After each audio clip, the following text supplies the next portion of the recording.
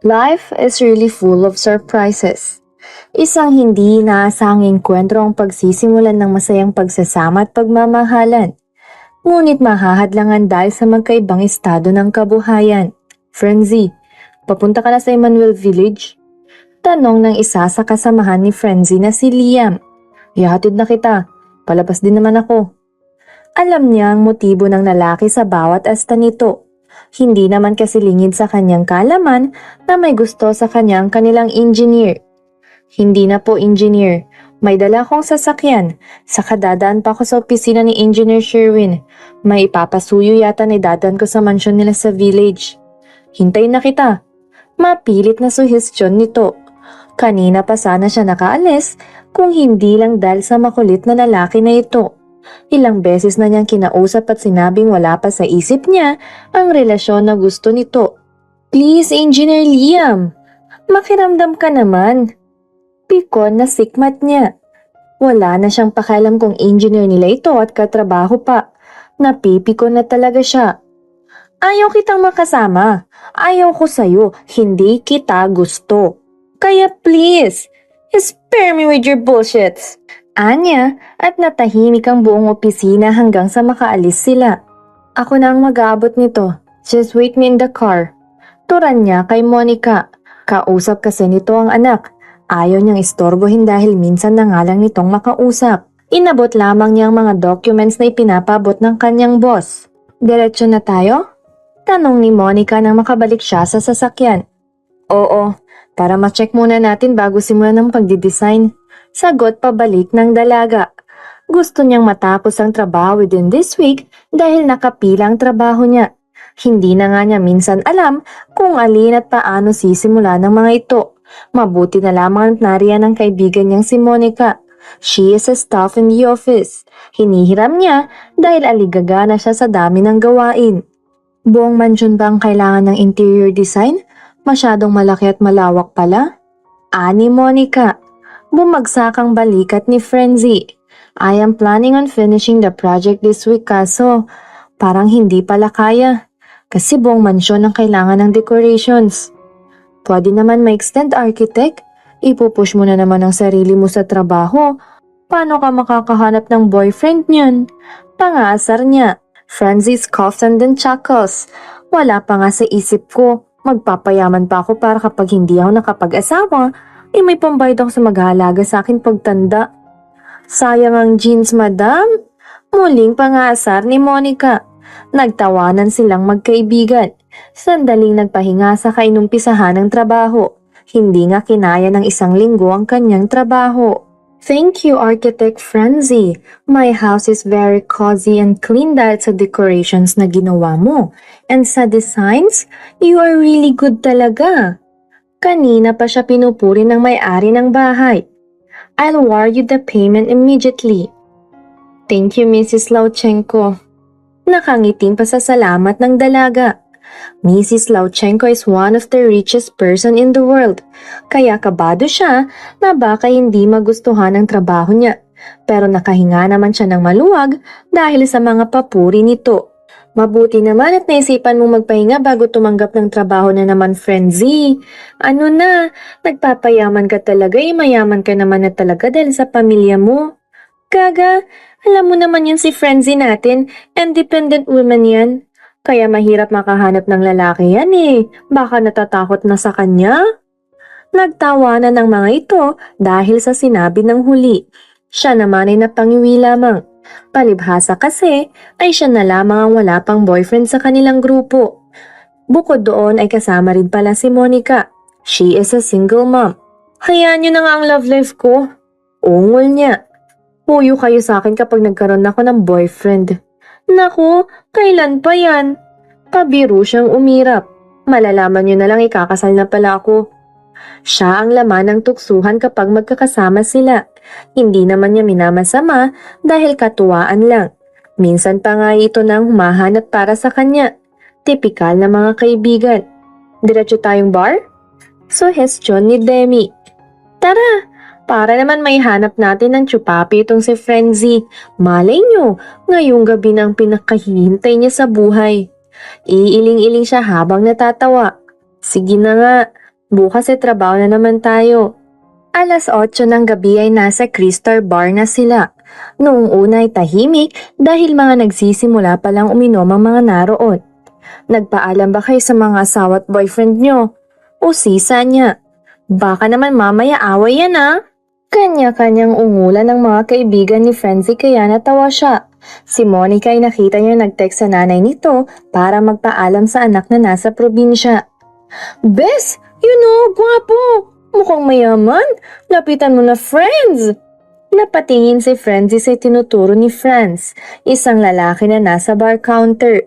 Panayang lingon nito sa pwesto nila at nang magtama ang kanilang paningin ay kumindat ito sa dalaga na naging dahilan upang mapanguwi ang dalaga. Ay, ayoko! Pagtanggi ng dalaga. Huwag na lang. Mukhang presko at hindi naman sa panguhusga ay mukhang manyak para sa kanya. Ayun! Yun! Mabilis niyang ibinaba ang braso ni Demi nang lantaran nitong ituro ang nasa kabilang table. Gaga ka! Gigil na anya. Mukhang tinatamaan na ng alak ang mga kasama niya. Siya naman ay ramdam na rin ang pag-iinit ng pisngi. Tumayo siya sa couch at lumakad patungo sa bar counter upang umorder ng pampatanggal ng pagkalasing. Dahil lasing ng mga kasama niya, ay tinawagan na niya isa-isa ang mga asawa at boyfriend ng mga ito para ipasundo sila. Isinabay na rin ni Demi si Monica dahil iisang way lang naman sila. Hindi ko na kaya mag-drive. I think taxi na lang or grab. Anya sa sarili dahil medyo nahihilo na siya. Nagabang siya ng taxi sa labas pero halos isang oras na siyang nakatayo ay walang dumaraan. Alas 2 na ng madaling araw. Natatakot na siya dahil naglalabasan na rin ng mga lasing sa bar. Pati Grab ay walang mabook, kaya naman ay no choice si Frenzy kundi ang mag-book sa angkas. Kaysa naman mag-drive siya ng lasing, baka maaksidente pa siya. Ano Michael, hindi ka pa uuwi? Umiling ang binata sa kamuling sumakay sa kanyang motor dahil may nagbo-book na ulit. Maghapon ka na nagtatrabaho Mike, hanggang gabi at madaling araw ba naman? Nagpapahinga ka pa ba? Kailangan kumayod. Mahirap lang ako. Pabirong sagot ni Michael. Nanlaki ang mata ni June. Kaibigan niyang angkas driver din. Mukha ba akong mayaman? Uwi ka na? Imbis ay tanong niya kay June. Oo, madaling araw na. Magpapahinga naman. Aba, ay ikaw din Mike. Hindi ka robot ha? Oo, eto lang. Tukoy nito sa nag-book sa kanya. At uwi na ako. Sayang naman to. Matapos magpaalam sa kaibigan ay umalis na siya upang puntahan ang pick-up point. Nasa isang sikat at mamahaling bar naroon ang kanyang susunduin. Mukhang hindi na kayang mag-drive kaya naman nag-book na lang ng angkas. Chicks pa nga. Bulong niya sa kanyang sarili. Hindi ba natatakot ang babaeng to na basta na lang maghintay sa labas at mag-book? Muling dagdag niya. The woman is wearing a fitted bodycon black dress. May nakasabit na cardigan sa braso at isang mamahaling bag. Sa paa ay mataas na stiletto heels ang suot. Papalapit pa lamang siya ay nakilala agad niya ang babae. Gago, si Frenzy. Bulong ni Mike sa sarili. Shit, kinakabahan ako. Crush ko to ah. Paghinto niya sa tapat ng babae ay muntik pa siyang matumba dahil sa kaba at pagkabigla. Gusto pa rin kasi niya ang babae kahit na hindi na sila high school. Kaya nga hindi siya nag-girlfriend ay dahil ito pa rin ang laman ng kanyang puso. Good morning ma'am. Kayo po I thought you are not coming. Mataray na sikmat nito. Lihim siyang napangiti. Hindi pa rin nagbabago ang dalaga. Let's go. Mabilis na ani ng dalaga. Mukhang hindi siya nito nakilala dahil sa suot niyang helmet. Tulungan na ako na. Kaya ko. Pagtataray ng dalaga. Napangisi si Mike. Kaya? Pero halos hindi na mayangat ng maayos ang mga braso para isuot ang helmet. Hindi tuloy maiwasan ng isip niyang maglakbay sa nakaraan. Tulungan na kita, Frenzy. Ng grade 8 student na si Michael sa grade 9 student na si Frenzy. Nabitawan kasi ng dalaga ang mga test papers na dala nito. Kumalat tuloy sa school ground. Naghiyawan ang mga nakarinig sa sinabi ng binata. Hindi lingid sa kaalaman ng lahat na may gusto siya kay Frenzy at nanliligaw siya rito kahit na bastard naman siya lagi. Grabe ka na Mike! Push mo yan Repa! Ilang komento ng ibang estudyante, hindi niya pinansin ang panunukso ng mga ito. Nakatuon ang atensyon niya kay Frenzy na mukhang paiyak na. Huwag ka nang umiyak, tutulungan na Ako na, kaya ko. Sikmat nito bago nagsimulang pulutin ang mga papel. Nagsimula na rin siyang mamulot upang tulungan ito. Ako na nga! Sigaw ni Frenzy. Napayuko ang binata. Napahiya siya sa pagsigaw nito sa kanya. Pero hindi siya susuko. Kapag gusto mo, dapat magtiyaga ka hanggang sa makamit mo. Bulong niya sa kanyang isip. Ano? Tutulungan lang kita. Ipinaskil niya ang mabait ng ngiti kahit na sa loob niya ay nasasaktan na siya. Bahala ka nga! Mas lalo siyang napangiti. Malawak na animo ay nanalo siya sa loto. Nang iabot ni Michael ang mga napulot na test papers, ay basta na lang iyong hinablot ni Frenzy saka tumalikod. Ay, wala man lang thank you dyan, friends. Tanong ng isa niyang kaklase na inirapan lamang ng dalaga saka tuloy-tuloy na umalis. Hindi katangkaran pero maganda. Morena, mahabang itim na buhok. Biluga ng mga mata, makapalang kilay at mahabang pilik mata. Mukha siyang Indiana. Sa bagay, ay dahil Indian ang lolo nito. She also has a voluptuous body. Subalit ngayong kaharap niya ito makalipas ang maraming taon, ay tila ba walang nagbago sa dalaga maliban sa katawan nito at sa buhok. Maiksi na iyon at may highlights na. Paano ko sasakay dito? I am wearing a dress. Gigil na anito, halata sa boses na lasing na. Pagilid na lang po ang upo, ma'am. Tapos hawak kayo sa balikat ko. Hindi ba ako mahuhulog? Hindi po. Ang sarap sanang kamustahin ng dalaga. Magpakilala at makipaghuntahan kung hindi lang ito lasing. Dahan-dahan lamang ang patakbo niya sa motor dahil nag-aalala siya na baka mahulog si Frenzy. Tahimik ito kaya kinausap na lamang niya. Okay lang po ba kayo dyan? Yeah, hawak po kayo. Baka mahulog kayo, ma'am. Nagulat si Michael nang bahagya itong tumawa. Bakit mamang tawag mo sa akin? Ganun po kasi Hindi naman mamang tawag mo sa akin noon? Frenzy lang? Po? Hindi mo ba ako nakikilala, Michael? Sa tanong na iyon ang dalaga ay tila tumalon sa lalamunan ni Mike ang puso niya. Mabuti na lamang at hindi naapektuhan ang pagmamaneho niya. Upang pagtakpa ng kaba ay biniro na lamang niya si Frenzy. Akala ko hindi mo ako nakikilala kaya hindi na lang rin ako nagpakilala. Ha? Bakit naman? Para saan pa, di ba? Hindi na naman tayo magkikita ulit. Maliban na lang kung mabook mo ulit ako sa angkas. Mukhang malabo dahil panigurado may sasakyan ka. Michael Tuazon. Ang laki ng ipinagbago ng lalaking iyon. Nakakainis lang at hindi siya nakilala. Tulala siya sa siling ng kanyang kwarto. Dinadama ang kirot sa sentido dahil sa hangover. 10:00 pa lang ng umaga. Masyadong maiksi ang naging tulog niya. Frenzy, are you awake, anak? Dahan-dahan siyang bumangon sa kama. Yes, ma. Sagot niya kasabayang pagbukas ng pinto ng silid. May bitbit na tray ang kanyang ina. Ipinagluto kita ng soup dahil alam ko may hangover ka, iha. Kumain ka bago matulog ulit. Mabuti at nakakapagpahinga ka. Thanks, ma. Para nga pong umiikot ang paningin ko. Hindi naman ako minom ng marami kagabi. Hinaplos ng ina ang kanyang buhok. Mababa kasi ang alcohol tolerance mo, Frenzy. Kaya nga lagi kong sinasabi sa'yo na huwag kang iinom kapag mag-isa ka. Delikado yun. Matapos kumain at uminom ng gamot, ay muli siyang humiga upang matulog. 5:00 ng hapon nang muli siyang magising dahil sa ring ng kanyang phone. Sa pag-aakala na trabaho iyon, ay mabilis siyang bumangon para sagutin ang tawag kahit na kumikirot pa rin ang sentido niya. Good evening, this is Architect Frenzy Villar. Magandang gabi, Architect. Napakunot ang noon ni Frenzy. Yes, how may I help you? Si Michael to. Oh, Michael, may kailangan ka? Supil niya ang ngiti. Ngiting hindi niya alam kung saan nanggaling. Kumusta ka? Masakit ba ang ulo mo dahil sa hangover? Medyo. Nakainom naman ako ng gamot kaya hindi nagaano. Napatawag ka pala. Kukumustahin lang kita dahil alam kong hindi ka naman sanay mag-inom. Panigurado bagsak ka. Anito na sinabayan ng mahinang tawa. Tila ba nangaasar? Sa muli niyang paghiga sa kamay ang pagbabalik tanaw ng dalaga mula sa nakaraan. That night, in a high school Christmas party. Frenzy, inom ka! Inabot ng isang kaklase niyang disposable plastic cup. Ano to? Juice lang yan. Sige na, tikman mo lang. Pamimilit ng ilang babaeng kaklase. Inamoy niya tama nga si Frenzy. May halong alak ang juice na pinapainom sa kanya. Bawal to ah. Paano kayo nakapagpasok ng alak? Shh! Saway ng isa.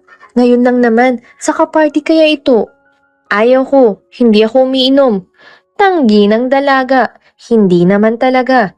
Wala pa siya sa tamang edad para uminom ng alak. Nag-promise siya sa mama niya na hindi iinom hanggat hindi 18 years old. Ang KJ naman ni Francis, ang shot lang. Nahiya siya ng sabihang KJ. Isa lang oh. Anya sa katinanggapang baso. Madilim naman at may sariling party sa faculty ang mga teachers kaya hindi sila mahuhuli. Matapos ang ilang minuto na mainom niya ang juice na may alak, ay ramdam na niya ang epekto nito. Umiinit na ang pisngi niya at umiikot na ang kanyang paningin. Isa pa, Frenzy! Hindi na. Tama na, hindi ko na kaya. Mahina? Isang shot pa lang yun. Isa pa, shot pa, Frenzy! Sa ingay ay lalo siyang nahihilo, ngunit hindi nakalampas sa pandinig niya ang pagsasalita ng kung sino. Okay na, ako na. Sasakupin ko ng shot ni Frenzy. Nabibingi siya sa hiyawan. Napapiksi pa si Frenzy dahil may humawak sa balikat niya. Alam na hindi na kaya ng tao eh, pinipilit pa. Angil pa ni Michael. Pasaway talaga kayong grade 11. Paano kami makakakuha ng magandang aral niyan sa inyo? Mahina siyang natawa dahil sa naalala. Ano, naalala mo rin yun? Frenzy is sure that Michael also remembered that scenario. Yeah, that was embarrassing. Hindi ah, cute kaya. Anito na may kasamang mahinang pagtawa. Nag-usap ang dalawa hanggang sa hindi na nila namalayan pareho ang oras. Kinabukasan, maaga na namang gumising si Frenzy upang pumasok sa trabaho. Magaan ang pakiramdam niya dahil nakatanggap siya ng mensahe mula kay Michael. Isang matamis na good morning. Ganda ng gising. Mukhang hindi mang sasakmal ng katrabaho ngayon ah. Sa lubong na biro ni Monica, pagpasok niya sa opisina. Nagtawa na naman ang ibang nakarinig. May nagpaganyo siguro na gising ni architect? Inilingan lamang ni Frenzy ang mga ito pero naghiyawan pa rin. Mayroon nga! Ewan sa inyo, magtrabaho na tayo. Akmang uupo na siya sa kanyang swivel chair nang lumapit ang isang staff sa kanya. Architect Frenzy, bilin nga pala ni Engineer Sherwin na pumunta ka raw sa opisina niya pagdating mo. Nginitian niya ito na nagpabigla sa kawawang staff. Mukhang nanibago sa kilos at gawin niya. Okay, pupunta na ako. Simpleng anya. Wala kang trabaho? Tanong ni Frenzy kay Michael nang mabungaran niya ito sa labas ng kanilang gate. Bahagya pa siyang sumilip sa loob at baka makita ng kanyang ina na may kausap siya. Meron. Inihatid ko dyan sa malapit kaya tumiretso na rin ako para makita ka. Tumango siya. Bakit? Bawal bang makita ka? Nakangising sabi nito. Nakasandal sa motor. Nakahalukip-kip at diretso ang tingin sa kanya. Hindi may tatago ng suot nitong uniform ng angkas ang kakisigan niya. Ang laki ng ipinagbago ng katawan nito. Mula sa patpating katawan ay napalitan nito ng matikas at makisig na hubog. Lalo rin itong tumangkad. Naaalala niya noon, mas matangkad siya kay Michael. Pero ngayon ay halos hanggang balikat lang siya ng binata. Hindi naman, pero baka maabala ka. Baka nga ikaw ang maabala ko sa pagtawag kanina para ipaalam na daraan ako. Hindi, I was just designing. Mahina itong humalakhak. Wow, expensive. Pati siya ay natawa na rin. Baliw, hindi naman. May binigay kasing malaking project yung engineer namin kaya nagkibit balikat siya. Sige na Frenzy, may nagbook na ulit. Naaaligagang anito. Sige, ingat ka. Date tayo pag hindi ka busy. Tumango na lamang siya. Napaismid pa dahil hindi naman ito nakita. Hindi man lang nga hinintay ang sagot niya. Pero sa kabila niyon ay umusbong ang kilig at pag-ibig na noong high school sila ay tanging inis at galit lamang. Ngingiti-ngiti siya habang nagde-design sa project na ibinigay ng kanyang boss. Hindi pa niya nakikita ang condominium building kaya nagde-design muna siya base sa sinabi ng engineer. Bukas ay saka niya bibisitahin para makapagsimula siyang mag-sketch. Architect, napaangat siya ng tingin kay Monica na nakatayo sa harap ng desk niya. Bakit? Uwian na po. Ha? Focus na focus kasi kayo dyan sa ginagawa niyo kaya hindi niyo namamalay na nag-aalisan ng mga kasama natin. Pauwi na rin po ako. Napatingin siya sa bintana. Madilim na nga.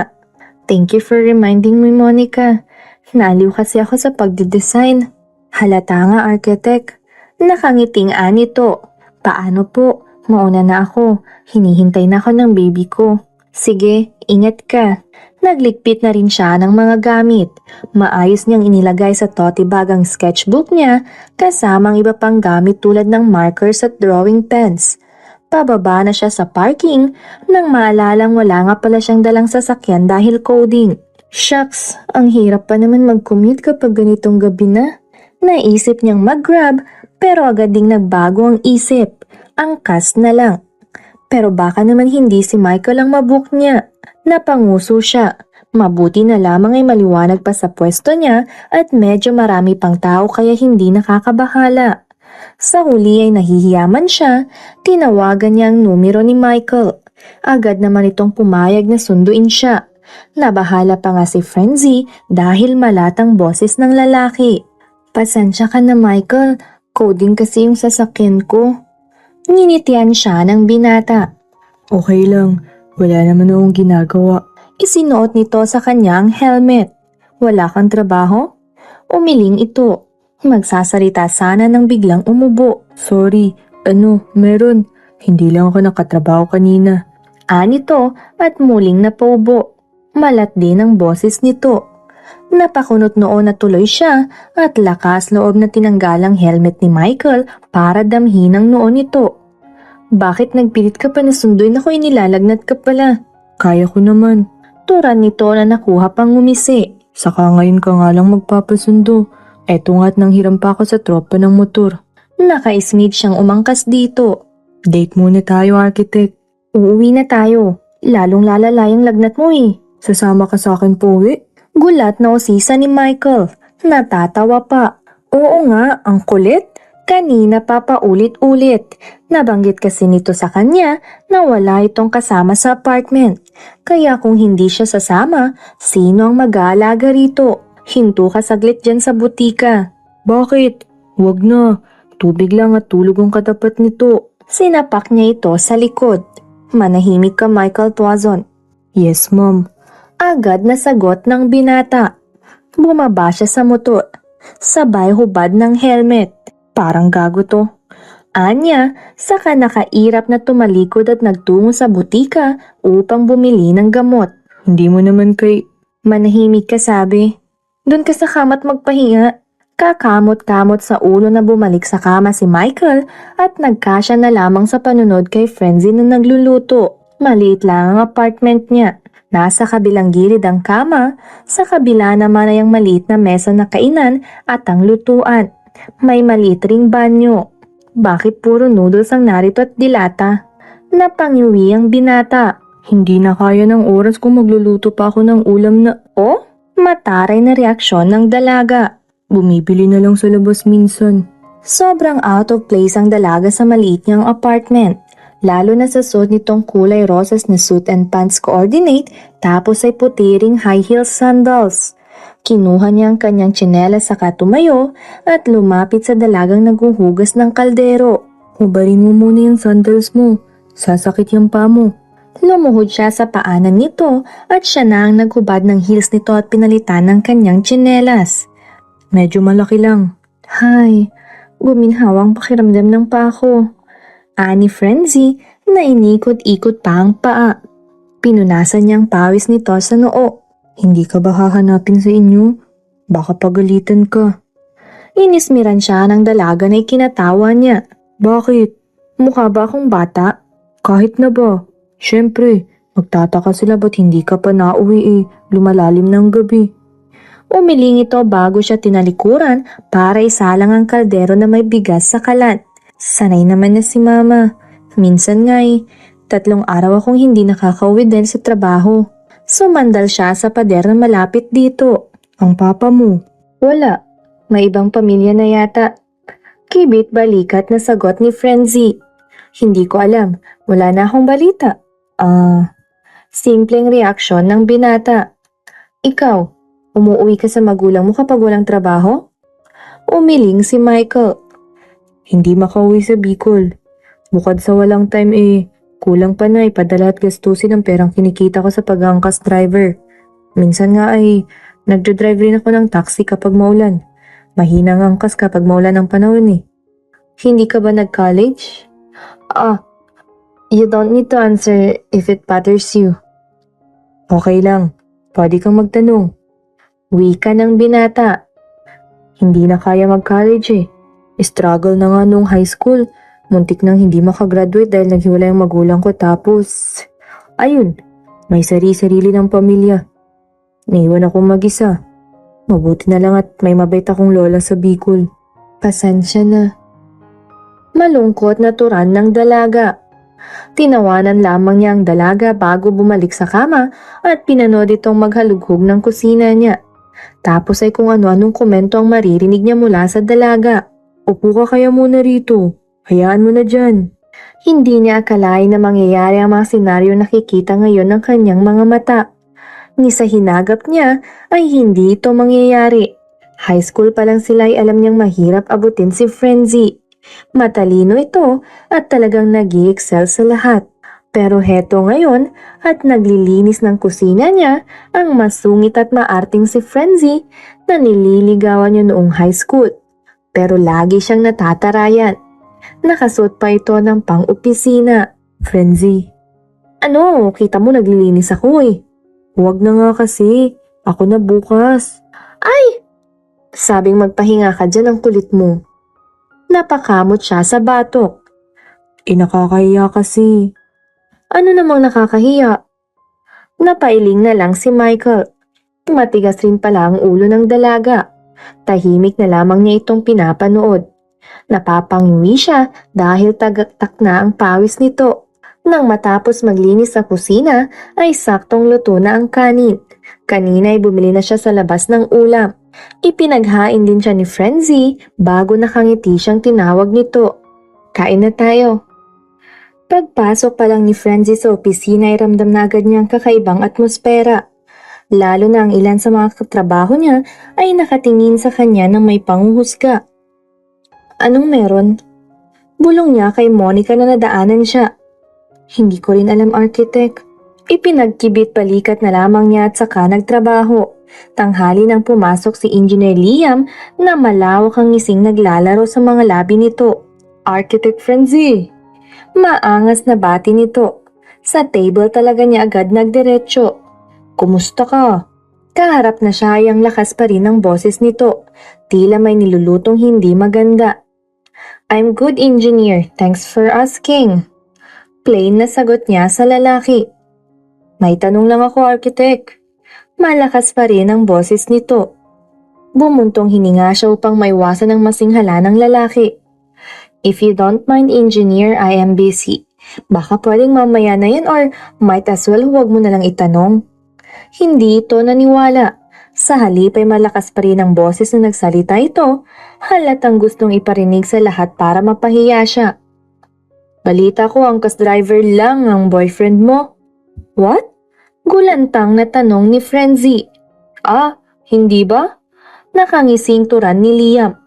Baka ano naman ngayon kung angkas driver lang ang boyfriend ko?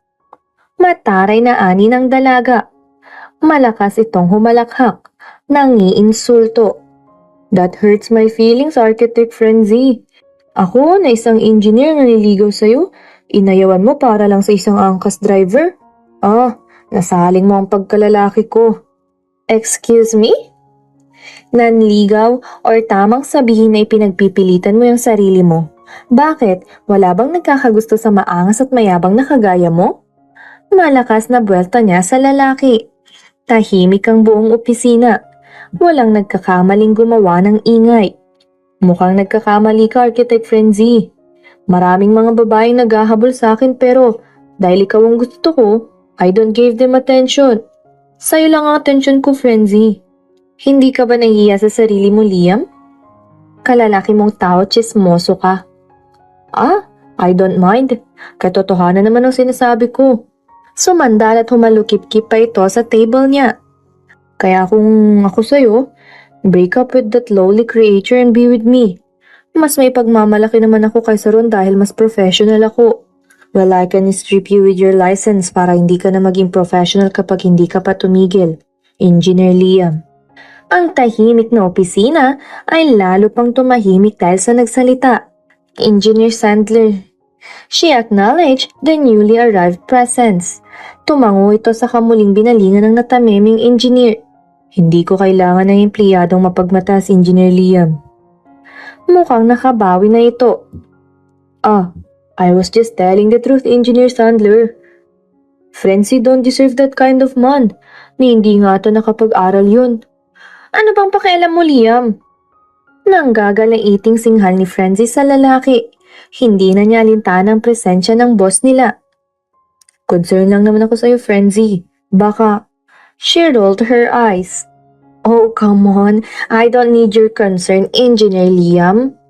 Pero gusto ako ng mama mo para sa'yo. Nagkausap na kaming dalawa. Hindi na niya alam paano isasampal sa mukha nito na ayaw niya rito. Pati ang kanyang ina ay dinamay pa. Ang kapal ng mukha mo. Sa huli ay tinanggal ni Engineer Sherwin si Liam sa big project na sana ay stepping stone ng lalaki para mas marami pang opportunity ang dumating dito. Mabuti na lang at hindi yata natanggalan ng lisensyang mayabang na iyon. May problema ba? Tanong ni Michael. Iniangat niya ang muka para tingnan si Michael. Kasalukuyan silang nasa San Luis Cafe. Ang totoo ay nahihiya siya na humarap sa lalaki dahil pakiramdam niya ay hindi niya ito naipagtanggol ng maayos kay Liam. Marahan siyang umiling. Nakapaskilang alanganing ngiti. Wala. Pagod lang. Kamusta ka naman? Maayos na ang pakiramdam mo? Maayos na. Ang galing kasing mag-alaga ng nurse ko saka maganda pa. Inirapan niyang binata. Bolero. Anya sa mataray na tinig. Kinakabahan ka? Kanina pa niya tinatanong si Michael habang nasa biyahe sila pauwi sa bahay ni Frenzy. Ipapakilala niya na ang binata sa kanyang ina. Medyo. Mahina siyang natawa. Bakit? Hindi naman nangangain si mama. Huwag mo na nga akong inaasar. Nakaingos na anito kaya mas malakas siyang natawa. Ang binata ang nagmamaneho ng sasakyan niya. Siya na kaso ay nagpresenta si Michael tapos ay magkukommute na lang daw ito pauwi. Mamaya baka ipahiram na lang din niya ang sasakyan niya para hindi na ito mahirapan pang umuwi. O Frenzy, maaga kang nakauwi ngayon. Sa lubong ng kanyang ina. Nagmano siya rito bago nilahad ang kamay sa banda ni Michael na natuod na yata sa likuran niya. Si Michael po, boyfriend ko ma. Oh? Halata ang gulat sa mukha ng ina. Talaga? Pasok kayo. Maaliwalas ang bukas ng mukha ng ina ni Frenzy kaya akala niya ay ayos na. Ngunit unti-unting nagbago ang hilatsa nito nang habang kumakain ay tanungin nito si Michael. Anong trabaho mo, iho? Tumingin muna sa kanyang binata bago ito bumaling sa ina. Lumunok muna bago sumagot. Nginitian niya ito para sabihing ayos lamang ang lahat. Angkas driver po ang trabaho ko. Minsan nagdadrive din po ng taxi. Pumapasok din po ako sa construction kapag may libreng oras para pandagdag po sa gastusin at padala sa probinsya. Huli ni Frenzy ang pag-ismid ng kanyang ina at nang mapasulyap sa kanya at nang makitang pinagmamasdan niya ay agad nang umiti ang ginang. Ganun ba? Masipag ka palang bata. Ay, mabuti yan, makatulong sa pamilya. Maiksing anito bago tumayo at nagtungo sa kusina. Paglabas ay may dala na itong carbonara. Oh, kumain ka ng carbonara, iho, at baka hindi ka pa nakakatikim niyan. Ma, ayos lang, Frenzy. Mahinang ani Michael. Okay lang, hindi pa talaga ako nakakatikim. Kaya kumain ka. Sige na, huwag ka nang mahiya. Inusog nito sa harapan ni Michael ang bandehado. Salamat po. Oo, kaya itong architect ko iginapang ko talaga para makatapos. Para naman, alam mo na, makakain naman ng masasarap. At saka para naman hindi kung sino-sinong pipitsugin lamang ang mapangasawa. Ay, sana hindi ka ma-offend, iho Michael, ano? Hindi po. Napakabuti nga po ninyong magulang dahil talagang iniisip ninyo ang kapakanan ng anak ninyo. Hanggang sa matapos ang hapunan ay panayang parinig ng ina ni Frenzy kay Michael. Siya ang hiyang-hiya sa mga lumalabas sa bibig ng ina. Hindi man ipinupunto na para talaga kay Michael, ang sinasabi ay halata namang para talaga rito ang mga sinasabi niya. Michael, pasensya ka na sa mama ko ah. Siya na ang humihingi ng dispensa. Kasalukuyan silang nasa labas ng gate. Hinihintay niyang makasakay ang binata. Magkukommute ito. Narinig kasi ng ina niya na ipapahiram niya ang sasakyan ay agad itong umalma. Gagamitin ko ang sasakyan mo bukas, Frenzy. Sira ang sasakyan ko.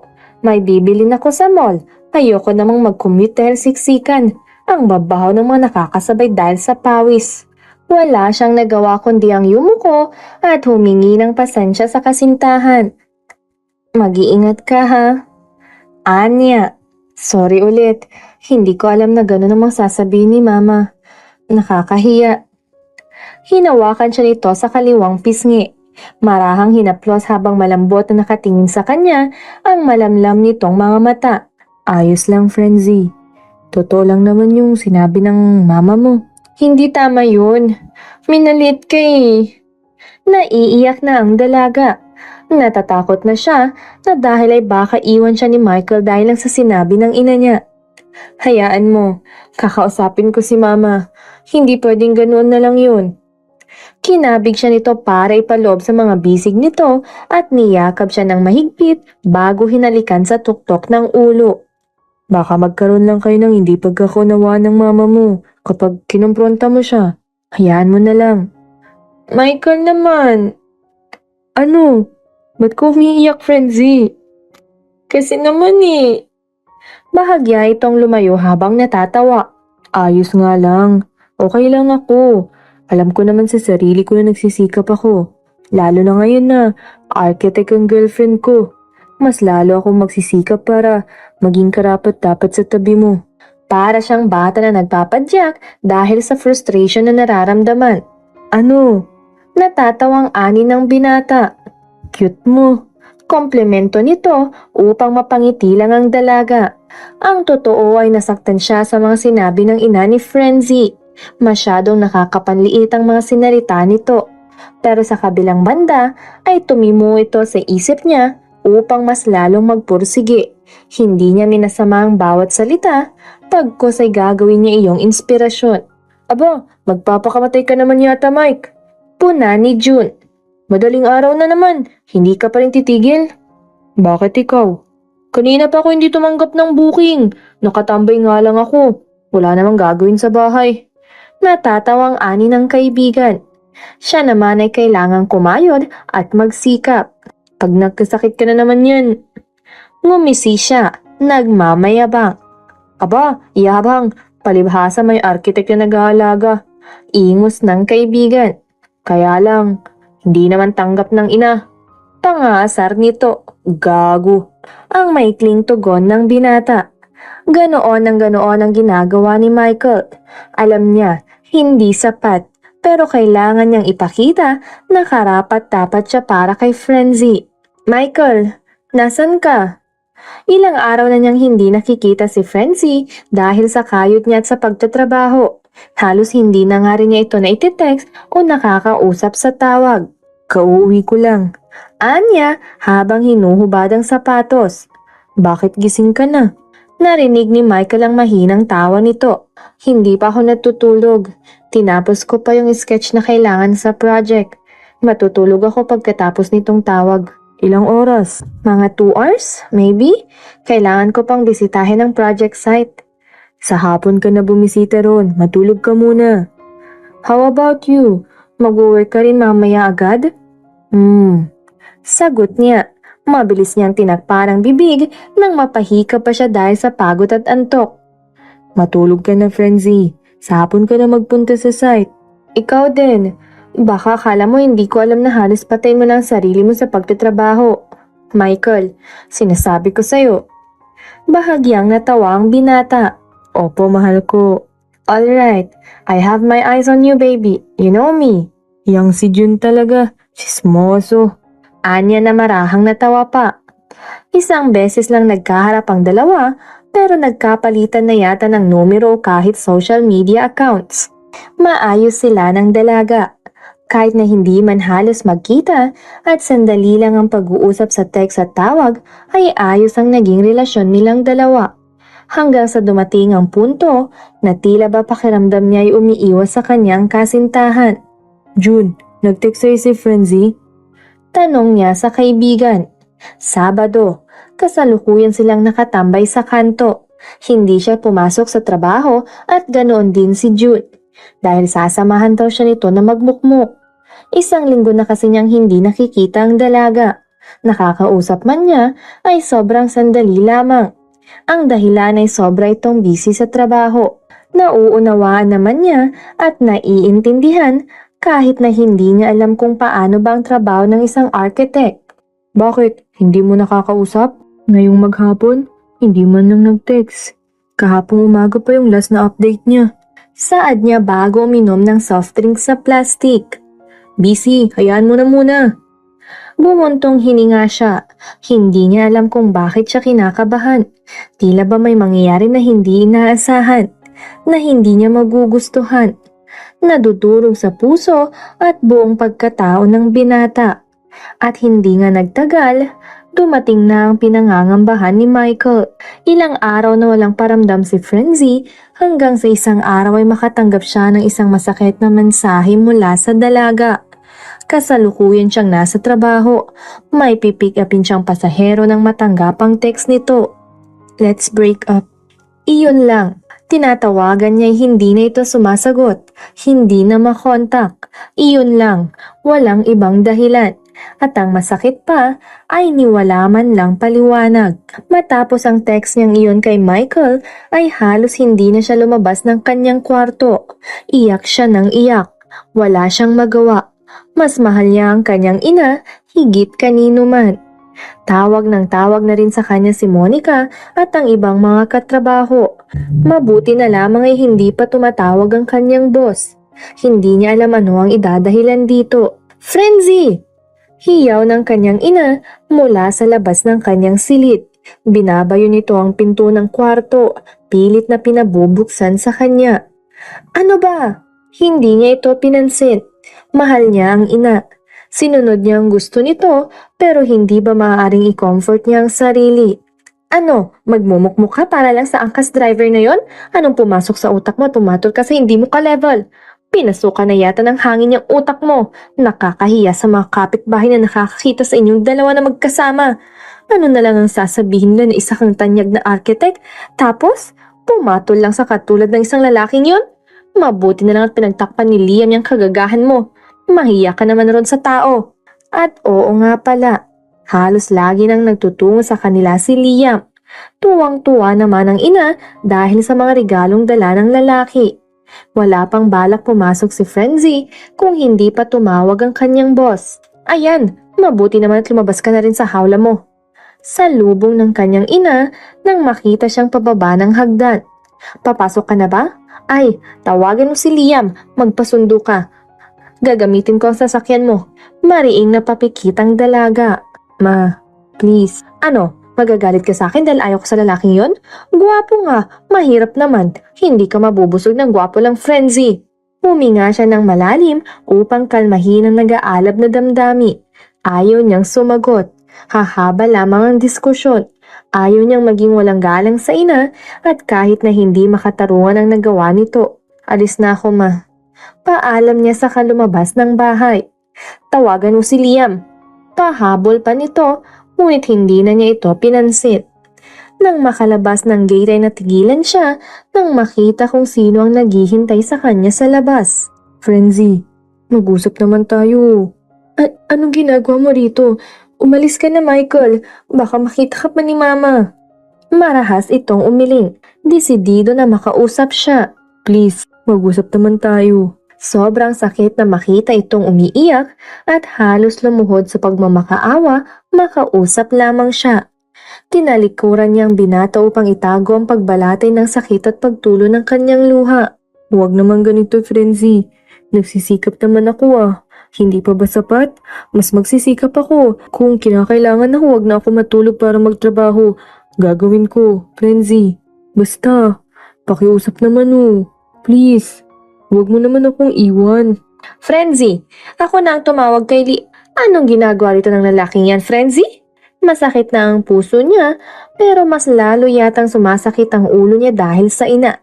Sinasabi ko sa iyong babae ka, hindi ko matatanggap ang lalaking yan. Hindi kita ginapang sa hirap para lamang magutom dahil inuna mo ang kalandian kaysa sa pag-iisip ng tama. Ma, ano ba?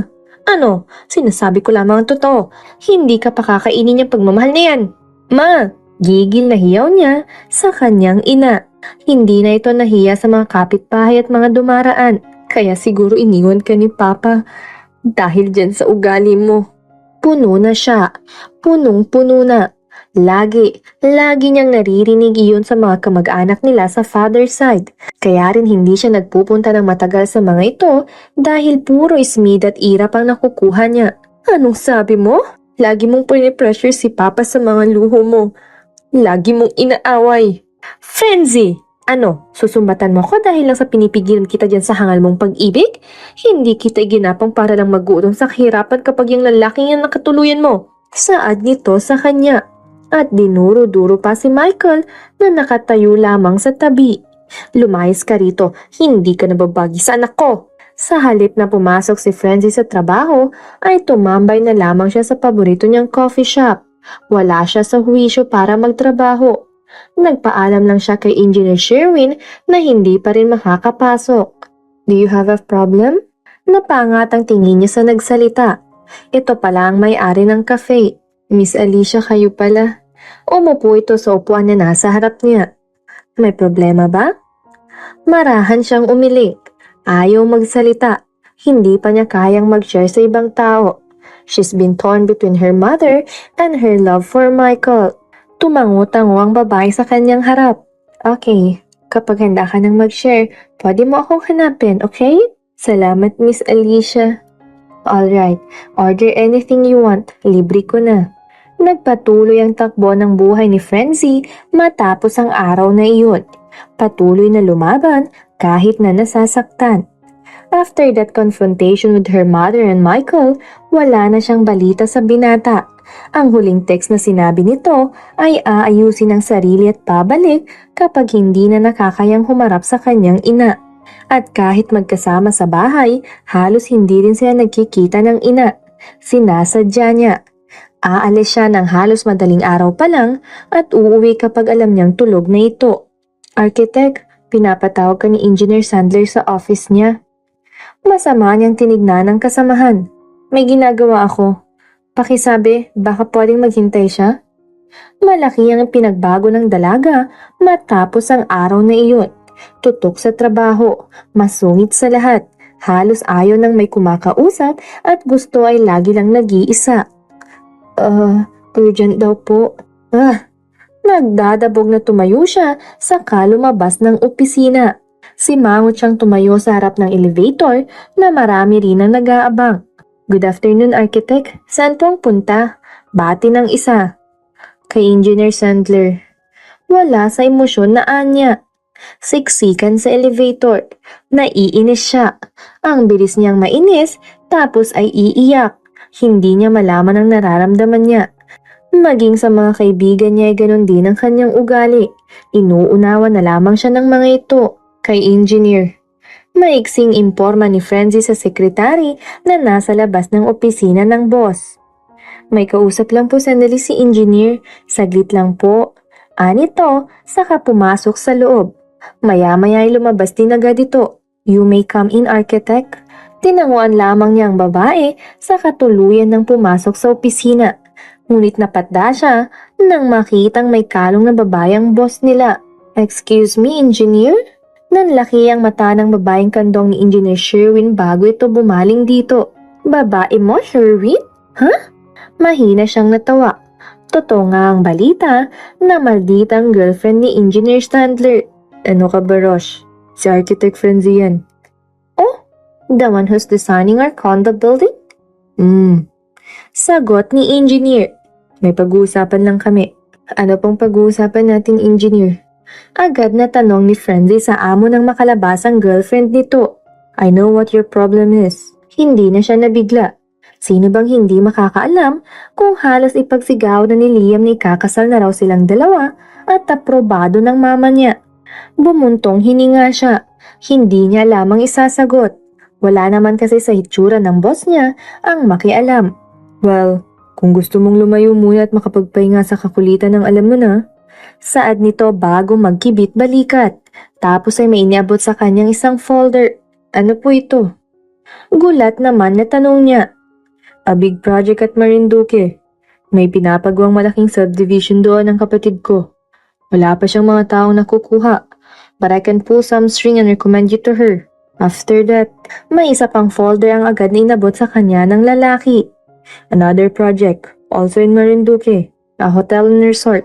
Napalunok ang dalaga. The offer was tempting. Matagal na niya sanang gustong lumayo muna.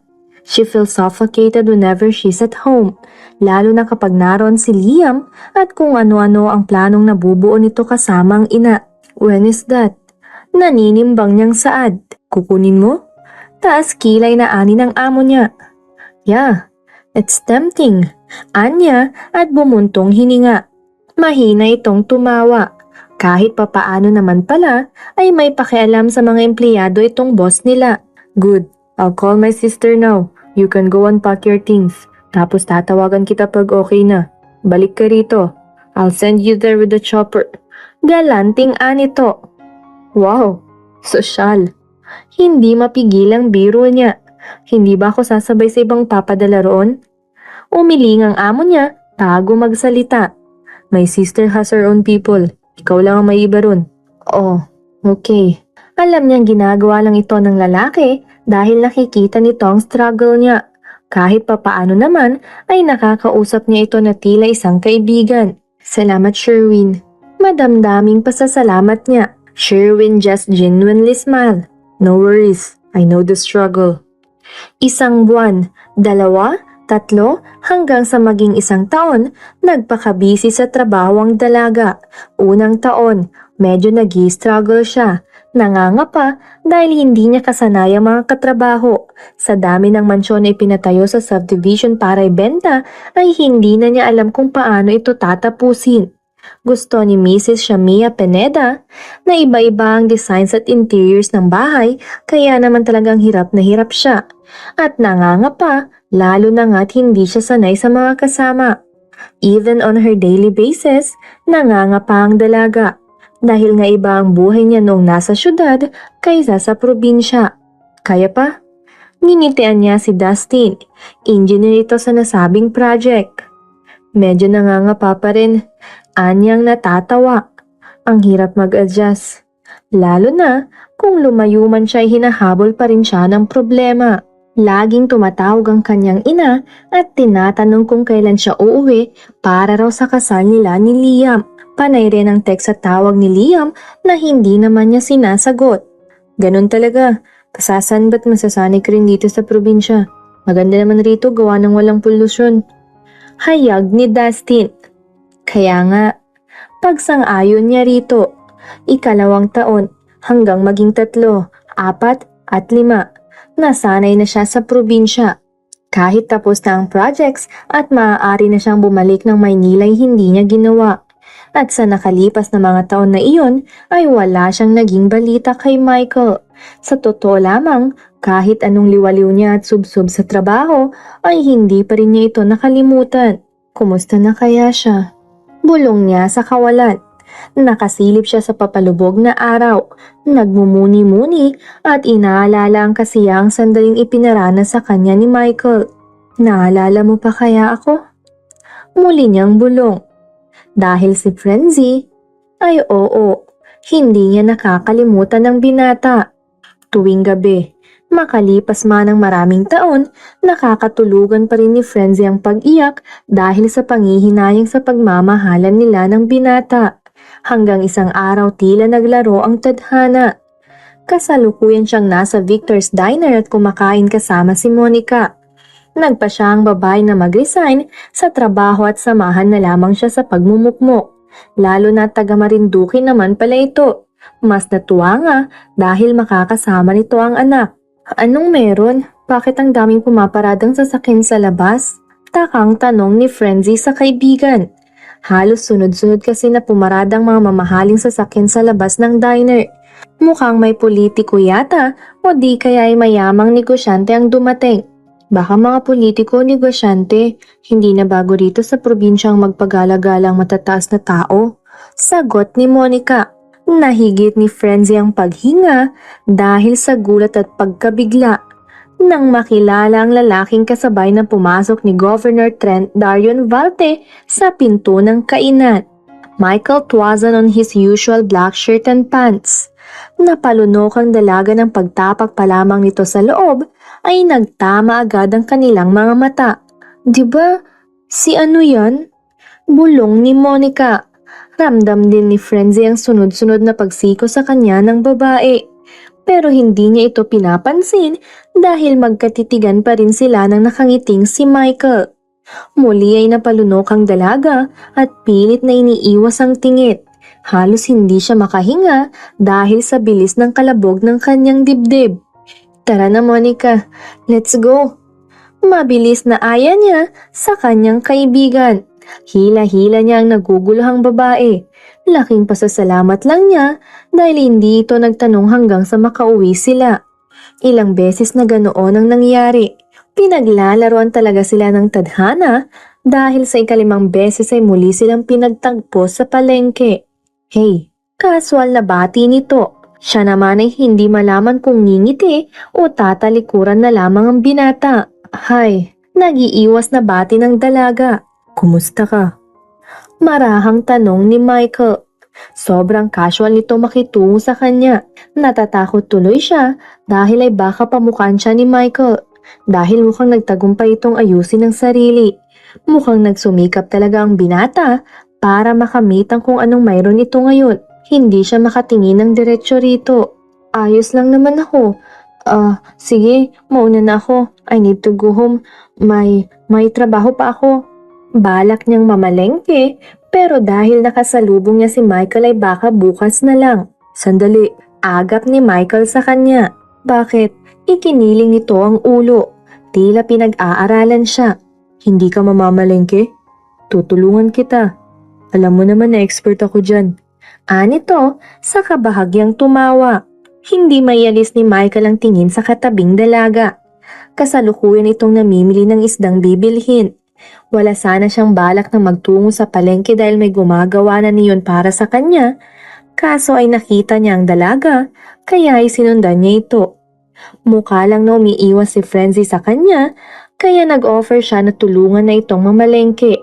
Ayaw niyang mawala na naman ito sa paningin niya, sa buhay niya. Nagsumikap siya at swinerte dahil sa dalaga. Ginawa niya itong inspirasyon para magsumikap. Mukhang mahal na mahal mo ang asawa mo, ano sir? Napakurap siya at nabaling sa nagtitinda na tumabi sa kanya. Po? Mukhang narinig din iyon ni Frenzy. Agad itong umiling. Hindi po kami halata sa iyong kilos, lalo na sa mga mata mo na kumikinang habang nakatitig kay ma'am. Malamlam ang mga matang bumaling siya kay Frenzy na nakatingin na rin sa kanya. Opo, mahal na mahal nga. Sagot niya sa nagtitinda pero nakapako ang tingin sa dalaga. Ay, nako, ganyan na ganyan din kami ng asawa ko nung nabubuhay pa. Masayang wika ng matanda.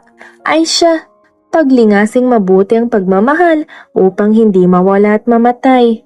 Tahimik ang dalaga, talagang umiiwas na sa kanya matapos ang tagpong iyon. Pinilit na nga lang niya itong sumakay sa sasakyan niya upang maihatid sana para hindi na ito mamasahe pa. Bakit mo sinabi iyon? Para saan? Para pamukhan ako? Tila wala sa huwisyo na sikmat ni Frenzy. What are you talking about? Medyo nasasanay na siya sa wikang Ingles dahil sa mga investors at customers ng store. Hindi ko gagawin ng bagay na yan kailanman. Hinding-hindi. Yumuko ito at ibinaling ang tingin sa daan. Hindi na nagkamali kahit sulyap sa kanya. Nasasaktan siya dahil siniisip ng dalaga sa kanya. Wala naman siyang ibang intensyon kundi muling mapalapit sa dalaga. Ngayong sa palagay niya ay maaari na siyang muling humarap sa ina ni Frenzy at hingi ng kamay ng dalaga para sa kasal. Kailanman ay hindi niya ito nakalimutan. Paanong kakalimutan niya kung ito ang dahilan ng kanyang pagsisikap? Anong ginagawa mo rito? Magkahalong maangat gulat na tanong ng dalaga sa binata. Nginitian niya si Frenzy bago buksan ang pinto ng passenger seat. Sinusundo ka. Come on, Frenzy. Ihahatid na kita. Hindi naman na kasi sana kailangan. Naglalakad lang talaga ako papasok sa trabaho kasi malapit lang. E di maglalakad tayo. Anya, saka isinara ang pinto ng sasakyan. Alam niya kung saan ito nagtatrabaho. Malapit nga lang talaga, kaya lamang ay gusto niya sanang dalhin muna ito sa isang resto para kumain. They are walking side by side. Michael is tempted to hold Frenzy's hand but choose not to. Baka magalit ang dalaga. Frenzy, Bakit? can we talk about us? Huminto ito saka siya hinarap. Napalunok si Michael dahil sa pagtatama ng kanilang mga mata. Tulad pa rin ng dati, malakas pa rin ang epekto ng titig ni Frenzy sa kanya. Kahit noong high school, tuwang-tuwa na siya kapag natingnan ng dalaga, kahit na masamang titig iyon dahil galit sa kakulitan niya. Anong pag-uusapan natin tungkol sa ating dalawa? Iyong tayo. Tayong dalawa. Umiwas ito ng tingin, humarap sa malawak na kaparangan. Hindi ka ba galit? Mahina siyang natawa. Galit? Bakit naman? Huwag ka nang magmaang-maangan, Michael. Please. Hindi. Lakas loob na niya itong hinawakan sa magkabilang balikat. Nanatili siyang nakatayo sa likuran ng dalaga. Bakit naman ako magagalit sa babaeng mahal ko? Natural lang na piliin mo ang mama mo dahil totoo naman ang sinabi niya noon na hindi ka pinag-aral para bumagsak lang sa kung sino. Balak niyang mamalengke, pero dahil nakasalubong niya si Michael ay baka bukas na lang. Sandali. Agap ni Michael sa kanya. Bakit? Ikiniling nito ang ulo. Tila pinag-aaralan siya. Hindi ka mamamalengke?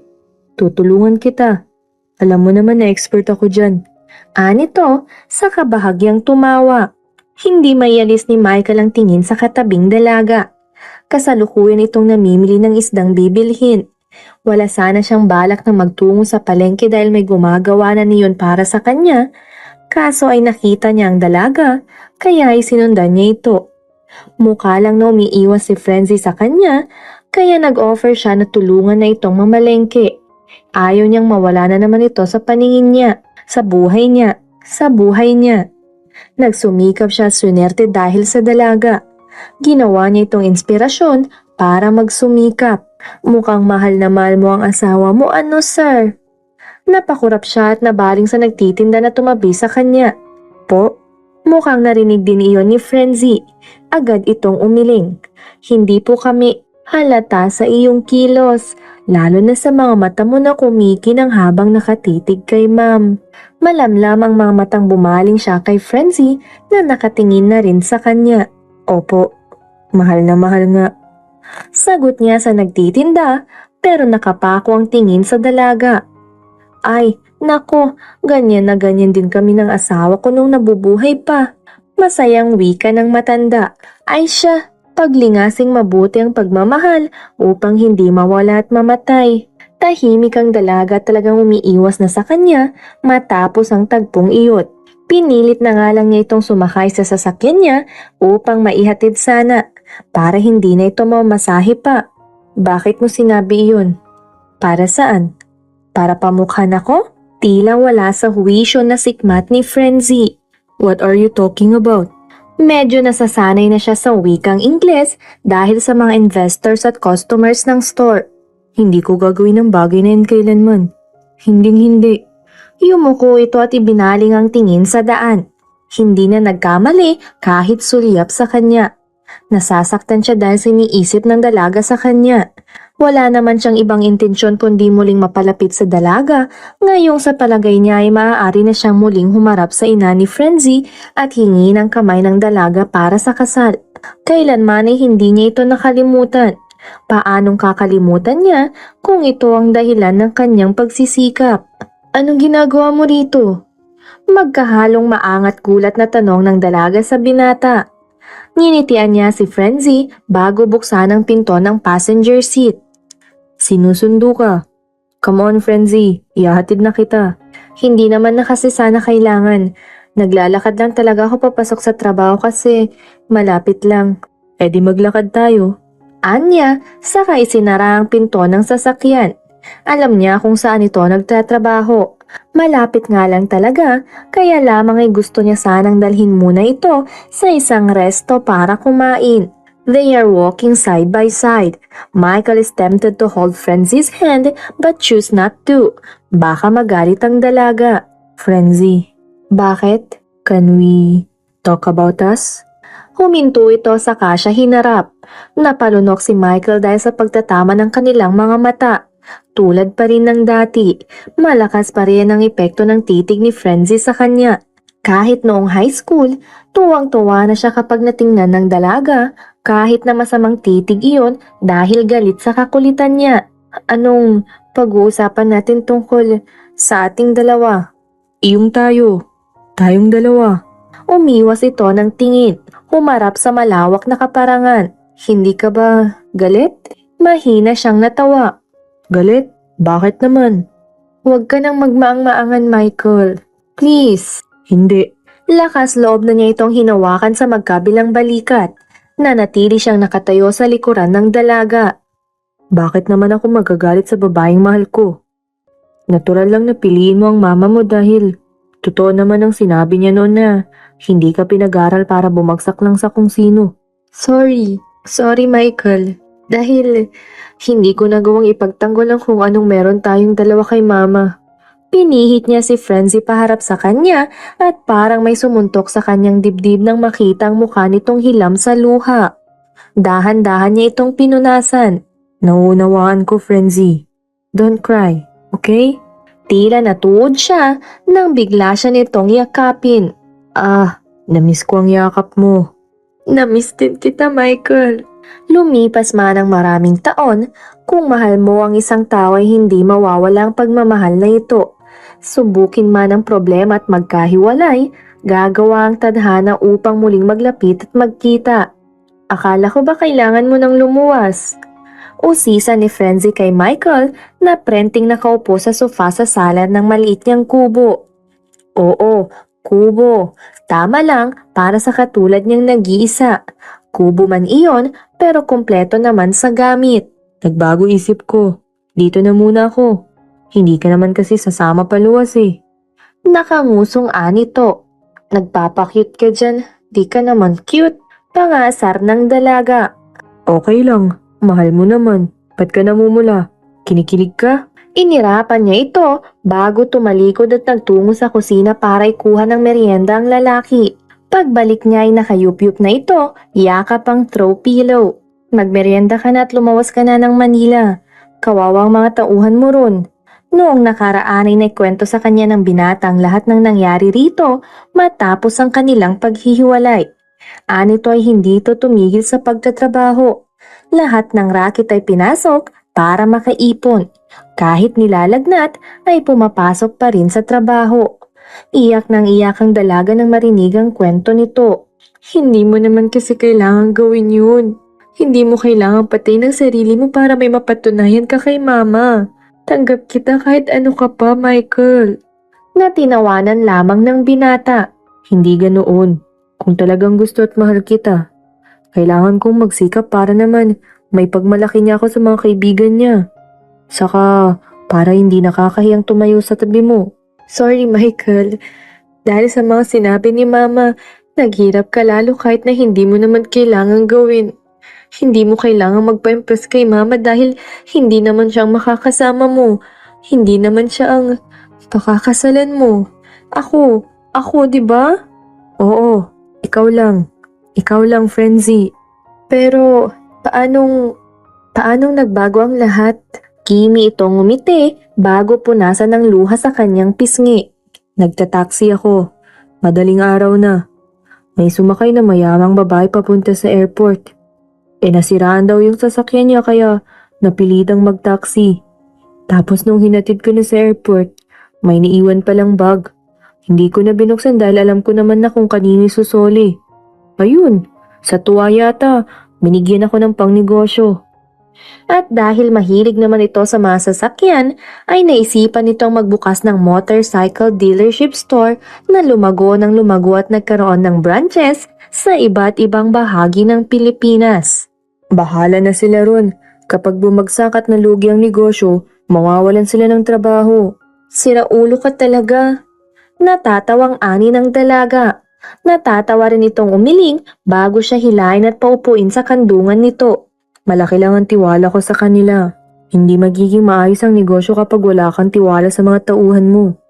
Kapag hindi ka mabait sa kanila, sasalbahiin nila ang business para makaganti. Kaya dapat mabait ka, marunong makisama. Kaya ano? Kapag bibisita ka ron, maging mabait ka at baka maghirap tayo kapag nilayasan tayo ng mga employees natin. Tumango-tango ang dalaga. Naalala ko lang, Mike. Sino pala yung mayaman na nagbigay sa'yo ng pangnegosyo? Humigpit ang yakap ni Michael sa kanya. Isa pala yun sa pinakamayamang tao sa mundo, si Mrs. Lauchenko. Oh, naalala ko na. Naging client ko yun. Nag-interior design ako sa mansion nila. She's really rich. Akalain mo yung chandelier nila gold yata saka yung handrails. Diyos ko, my gosh. May mga gems. Naalala tuloy niya kung gaano siya ka-amaze sa mansyon ni Mrs. Lauchenko. You know, we can do that too. Ang alin? The gold chandelier, the gems on the handrails. Pwede rin sa mga pader, lagyan na rin natin ng mga crystals. Mahina niyang tinapik ang braso nitong nakapalupot sa baywang niya. Baliw ka talaga. Oo nga. Ang tanong, gusto mo ba?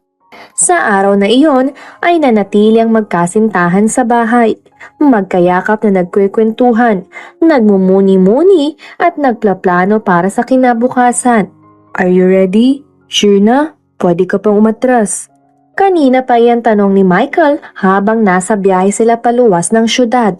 Napagpasyahan nilang dalawa na harapin na ang kanyang ina. Baka ikaw ang hindi pa sure. Kinakabahan ka? Tanong ka ng tanong dyan eh. Ikaw ang inaalala ko, Frenzy. Ilang taon din na hindi mo nakita ang mama mo. Nagkibit balikat siya. Natawag naman yun, nakakausap ko. Ikaw, sure ka? Nag-aalala siya dahil baka pinipilit lang ni Michael ang sarili na harapin ang taong nang malit sa kanya noong walang-wala siya. At the same time, she's excited to know what will her mother do kapag nalaman nitong mayaman na ang taong minaliit niya dati. Hindi naman pwedeng magpakasal tayo na hindi hinihingi ang blessing ng mama mo. Sa side ko naman, nakausap ko na sila. Matagal na. Excited nga ang lola ko na ma-meet ka. Sa buong durasyon ng kanilang biyahe ay panayang kulitan ng dalawa. Nililibang ang mga sarili sa kabang unti-unting umuusbong sa kanilang mga dibdib habang papalapit ng papalapit sa destinasyon na kanilang tinatahak. Frenzy! Hiyaw ng ina nang mapagbuksan siya ng pinto. Mabuti naman at naisipan mo ng umuwi. Nako, tamang-tama. Excited na anito. Tila pa kinikilig. Sakto, narito si Liam. Pag-usapan niyo na ang kasal niyo. Hinila siya nito papasok. Mukhang hindi nito napansin si Michael na nagbababa ng gamit mula sa likod ng sasakyan. Excited na kung magkapo kaya naman bilisan niyo na ang pagpapakasal. Liam, nandito na si Frenzy. Frenzy! Ani Liam na lumabas mula sa kusina. Oh my God, I miss you. Akma itong yayakap nang mabilis siyang umiwas. Naramdaman niya ang paghigpit ng kapit ng ina sa braso niya. I'm not here for that nonsense, ma. Malamig na turan niya. Hindi pa rin talaga binibitawan ng ina ang ideyang magpapakasal siya kay Liam na ito. Magsasalita pa sana siya nang bumukas muli ang pinto at pumasok ang nagulat na si Michael. Bitbit ang paper bags ng pasalubong nito sa kanyang ina. Kung nagulat si Michael na narito si Liam, ay mas lalong kababakasan ng hindi masukat na gulat ang kanyang ina. Maya-maya lamang, tulad ng inaasahan ay bumalatay ang hindi matawarang disgusto sa mukha ng babaeng matanda. Anong ginagawa ng dukhang yan dito, Frenzy? Nakipagbalikan ka? Kaya siguro hindi ka umuwi para hindi mahadlagan niya pagkakamali mo. Napailing siya sa ina. Tumabi siya kay Michael at inabot ang mga bitbit nito bago ibinagsak sa sofa. Mukhang nagkamali tayo na magtungo rito, Michael. Balik na lang tayo sa probinsya. Mahinang suhestyon niya sa binata. Nginitayan lamang siya ni Michael bago hinarapang nakataas na kilay na ina. Magandang hapon po. Anong maganda sa hapon kung ikaw ang makakaharap ko? Ma, can you please listen? Sa huli ay napilit niya itong makinig sa pagbabantang aalis at hindi na ulit magpapakita pa. Umalis na si Liam dahil kahit anong dada nito ay walang pumapansin sa kanya. Lalo na nang malaman ng ina na may sarili ng negosyo si Michael. Tila nawalan ito ng pake kay Liam na noon ay binabalandra nito dahil engineer. Napailing na lamang si Frenzy sa ugali ng kanyang ina. Sa totoo lamang ay nakakahiya ang ugali nito. Masyadong halata. Are you happy?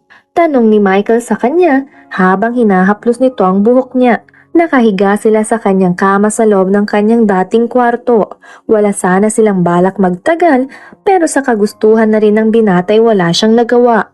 Okay lang. Ang totoo ay na-miss ko rin naman si mama kahit na gayon ang ugali niya. Mahina itong tumawa. Natural lang yun sa isang ina. Kahit ako naman, kung magkakanak tayo. Aba, hindi pwedeng kung sino lang ang magiging boyfriend o girlfriend ng mga magiging anak natin. Magiging katulad ka ni mama? Nakaunan siya sa dibdib ng binata, kaya ramdam niya ang pagbavibrate ng tawa nito. Hindi. Ano pala? Siyempre, alam ko naman na hindi pipili ang magiging mga anak natin ng kung sino lang. Kahit mahirap, okay lang. Basta nagsisikap at may direksyon ng buhay. Hindi yung tambay na nga, mabisyo pa. Nakukuha naman niya ang point nito. Wala naman ibang nais ang bawat magulang kundi ang mapabuti ang kanilang mga anak. Sa kaso lang ng kanyang ina ay sumobra ito sa pakikialam at dumating pa sa puntong ng maliit ito ng kapwa. Malay mo naman, bilyonaryo pala yung tambay na yun. Biro niya, naririnig kasi niyang biruan ng mga kaibigan niya. Walang bilyonaryo ang tatambay dyan sa kanto. Sarkastikong ani Michael. Mas magpapayaman ka mo yun. Aba, bakit ikaw? Kung makatambay at makainom ka rin sa probinsya, kala mo patapon ng buhay. Hindi naman ako bilyonaryo. Natatawang anito. Sa huli ay nagtawanan ng magkasintahan. Masayang nagkwentuhan at pinag-usapan ang plano para sa kanilang kinabukasan. Kinabukasan na muntik nang hindi matupad ng magkasama. Kinabukasan na akala nila'y sa alaala na lamang ng bawat isa. Mapaglaro man ang tadhana, hindi naman napigilan ng umusbong na damdamin mula noong high school hanggang sa sila'y tumanda. Sa huli, magkasama lang tuto pa rin ang sandaling na udlot na pagmamahalan. Kasama ang kanilang mga magiging anak at ang ina ni Frenzy na minsay naging hadlang. Minsan sa buhay, may pag-ibig na hahadlangan man ay uusad pa rin. Sapagkat ang matibay na pagmamahalan ay tatahakin ng anumang hamon ng buhay. At dito na po nagtatapos ang ating kwentong pag-ibig. Kung nagustuhan nyo ang ating kwento, please leave a like, comment, share, and subscribe na rin sa ating YouTube channel for more story updates. Ito po ang hanggang sa muli. Paalam!